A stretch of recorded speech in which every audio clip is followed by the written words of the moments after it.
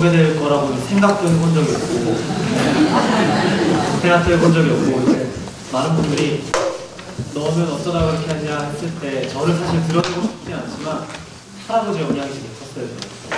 저한테 너는 어떻게 그러냐고 자꾸 하는데 저는 제가 잘났다고 말한 적 한 번도 없고 저는 항상 제가 운이 좋다라고 말한 거를 들으신 분들은 많이 계시고 제가 처음 박정희 대통령, 박정희라는 이름을 처음 들었던 거는 제가 초등학교로 들어가기 전으로 기억합니다. 저희 할아버지가 경찰 공직자로 계셨었는데 은퇴하시고 이제 저를 이제 길러주시거나 어머니랑 같이 이제 많이 다녔었는데 할아버지 영향을 되게 많이 받았어요. 근데 그렇게 박정희라는 그 세 글자 이름을 계속 들었는데 누군지 잘 모르죠. 말해봤자 초등학교 5학년, 초등학교 들어가기도 전에 애가 뭐 들어봤자 누군지 알겠습니다.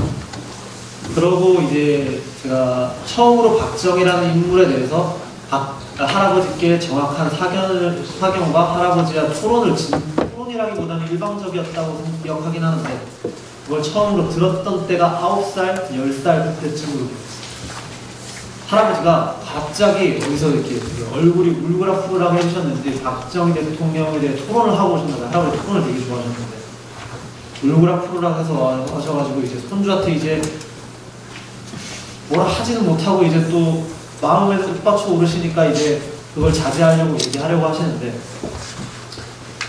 할아버지가 가장 존경하는 사람이 있다. 근데 그분 생전에 할아버지가 가장 욕했던 사람이 있다. 라고 말했던 사람이 박정희 대통령. 할아버지는 그때 당시에 이제 공직자로 계시고 하시면서도 그러니까 그때 당시에 좀 배웠다고 하는 사람들은 독재라고 하고 언론 탄압 이런 거에 대해서 박정희 대통령에 대해 모든 여론이 안 좋았던 걸로 일단 들어서 알고 있습니다. 그렇게 할아버지가 이제 박정희 대통령께서 사과하시고 나서 10몇 년이 지난 후에야 아 그가 옳았구나 라고 깨달았다고 저에게 말씀해주셨어요.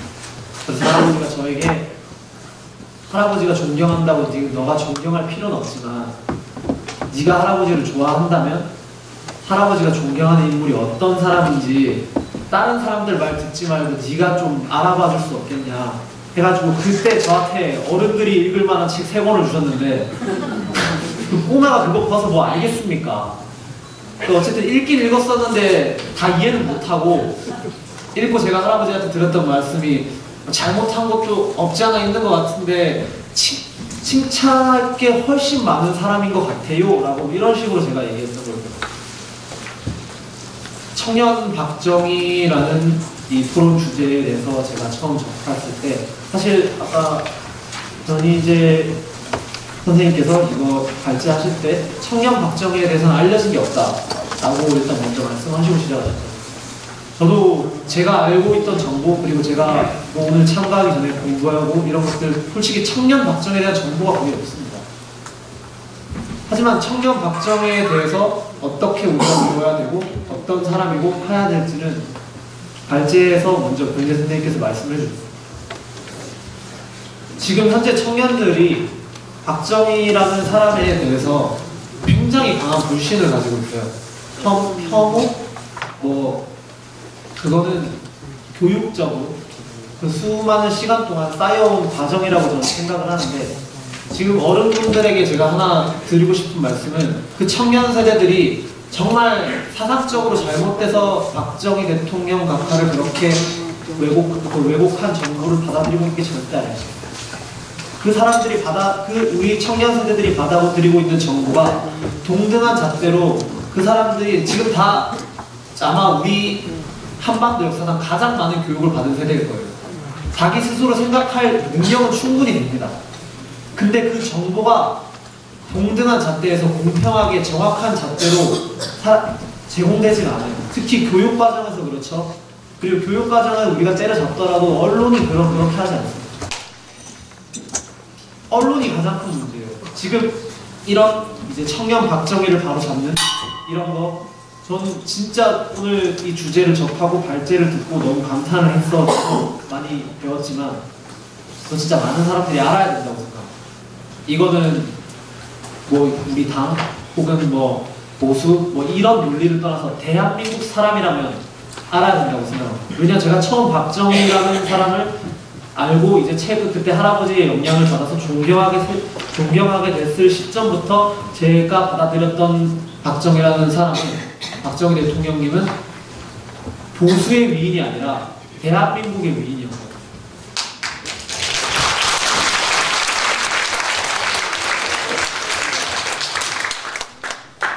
이것을 자꾸 진영 논리로 끌고 가는 사람들도 있고, 그 진영 논리를 당연하게 받아들이는, 솔직히 이미 정치에 관여하는 사람들조차 당연하게 받아들이고 있습니다.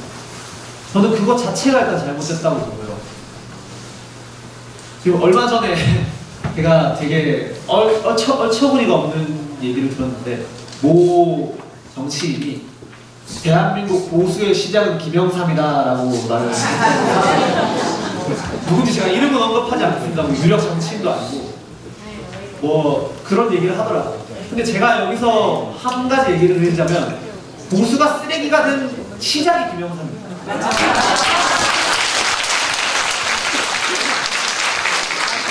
지금 저 자유한국당 돌아온다고 생쇼를 하고 지금 다시 어차피 등에 칼 꽂을 같은 부산 사람이라는 것도 짜증나는데, 김무성 포함해서 지금 홍준표 뭐 지금 보수에서 이상한 짓, 그리고 보수에 지금 뒤에 앉아서 지금 수장으로 타고 있는 이명박 씨에서 다 김영삼의 후예들 아닙니까?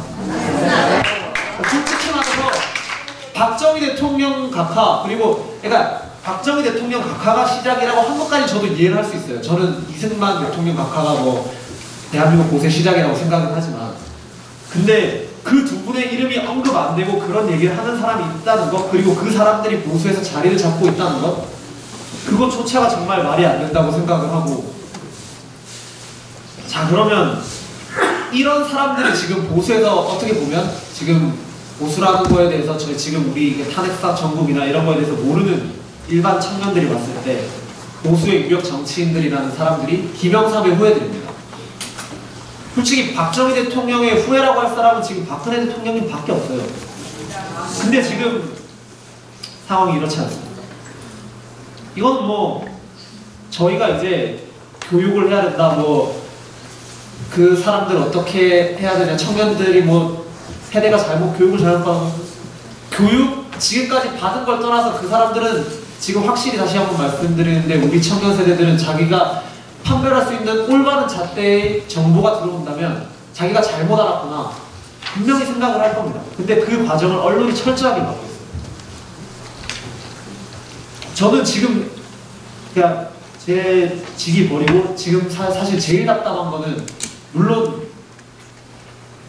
지금 우리가 언론을 마음대로 좌지우지할 수 있는 힘은 없는 것 같습니다. 근데 지금 모 청년이 이제 뭐 대통령님 등에 칼을 꽂고, 뭐 박근혜 뭐 키즈라고 했던 사람이 박근혜 대통령님 이제 탄핵에 앞장서는 당에 들어가가지고 뭐 최고위원인가 하고 있는 뭐 그런 사태를 보면서, 뭐 솔직히 그 사람들이랑 같이 청년으로 불린다는 것도 솔직히 좀 역겹거든요. 이준석. 예, 뭐 이름 언급을 일부러 안 해요. 뭐 이름 언급할 필요도 없다고 생각을 해서 다 아시잖아요. 그런 사람들과 같이 청년으로 불린다는 것도 짜증나는데, 저는 근데 그런 사람들조차도 뭐라고 하는지 아세요? 박정희 대통령은 위인이라고 말하고. 왜냐하면 박정희 대통령이라는 이걸 인정을 안 하고는 자기들이 보수해서 뭘 할 수가 없어요. 자기들이 유리할 때만 써먹는 거예요.